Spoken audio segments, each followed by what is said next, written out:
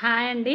అందరికీ నమస్తే. నేను మీ పావని. ఈరోజు మంచి మాట ఏంటి అంటే, మనమైనా ఎవరింటికైనా వెళ్ళినప్పుడు రిలేటివ్స్ ఇంటికి కావచ్చు, అదర్ చుట్టుపక్కల ఇంటికి కావచ్చు, ఎక్కడికైనా వెళ్ళినప్పుడు వాళ్ళు ఏది ఇచ్చినా తీసుకోవాలి అండి. మనం మంచినీళ్ళు ఇచ్చినా, టీ ఇచ్చినా, పాలు ఇచ్చినా, ఏది ఇచ్చినా సరే కొంచెం తీసుకుంటే తప్పు లేదు. మేము అది తినము, అది తాగము అనేసి అయితే వాళ్ళనైతే బాధ పెట్టొద్దండి. ఎక్కడికి వెళ్ళినా సరే మనం కంపల్సరీ వాళ్ళు ఏది ఇచ్చినా సరే అండి, మనం కారం వేసి కొంచెం అన్నం పెట్టినా తిని రావాలి. ఎందుకనంటే మనం తినలేదనుకోండి వాళ్ళు చాలా బాధపడతారనమాట.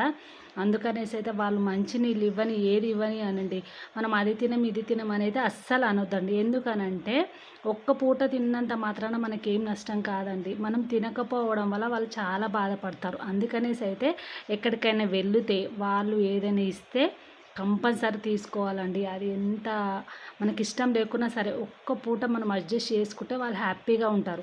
మనం ఒక్క పూట అడ్జస్ట్ చేసుకోకుండా మేము అది తినం, ఇది తినమని వాళ్ళనైతే అస్సలు బాధ పెట్టద్దు. ఓకేనా? అస్సలు బాధ పెట్టొద్దండి. నచ్చితే కనుక ప్లీజ్ లైక్ అండ్ సబ్స్క్రైబ్.